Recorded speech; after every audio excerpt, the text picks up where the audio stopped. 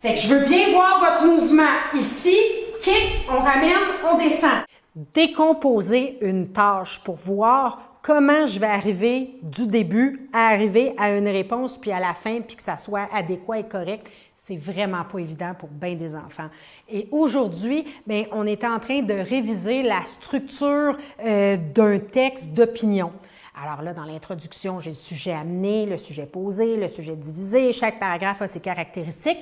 Puis, je me suis rendu compte que spontanément, quand je demandais aux enfants de faire un mind map de la structure, c'était pas tout à fait limpide dans leur tête. Alors, on a fait une révision, mais après ça, comment je fais pour améliorer leur façon de séquencer, de structurer dans leur tête une tâche avant de la faire? Mais c'est sûr que si je le fais sur un texte, c'est plate. Alors, l'idéal pour moi, quand je veux faire quelque chose comme ça, c'est de trouver une façon de le faire, mais autrement, ailleurs, de façon plus dynamique. Alors, je veux qu'ils apprennent à structurer, à décortiquer un texte.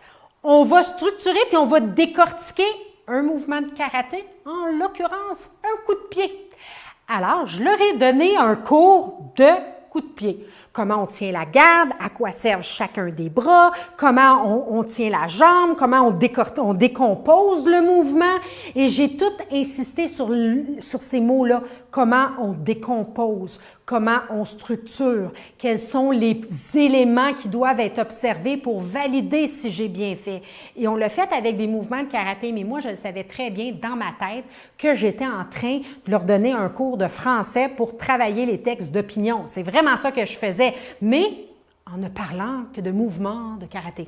Alors, ça faisait que mes étudiants qui sont plus dynamiques, qui ont besoin de bouger, puis que les cours théoriques, c'est plate pour eux, bien, après ça, tout ce que j'ai eu à faire, ils ont vraiment tripé à travailler sur le coup de pied en karaté.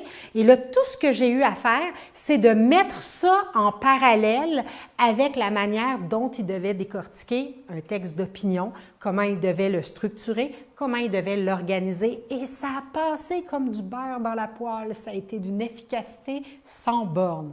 Là, vous allez me dire, ouais, mais moi, je fais pas de karaté, peu importe. Qu'est-ce que vous faites? Vous chantez, vous faites de la danse, peu importe. C'est facile de trouver quelque chose dans lequel on est bon comme enseignant, puis de faire simplement un lien ou un parallèle en allant chercher l'attention autrement, mais avec exactement les mêmes étapes. C'est hyper efficace. Ça permet vraiment de conceptualiser pour l'enfant de façon beaucoup plus efficace. Puis après ça, bien, l'abstraction arrive d'elle-même. C'est beaucoup plus facile de passer vers quelque chose de plus aride, de plus intangible, de plus abstrait.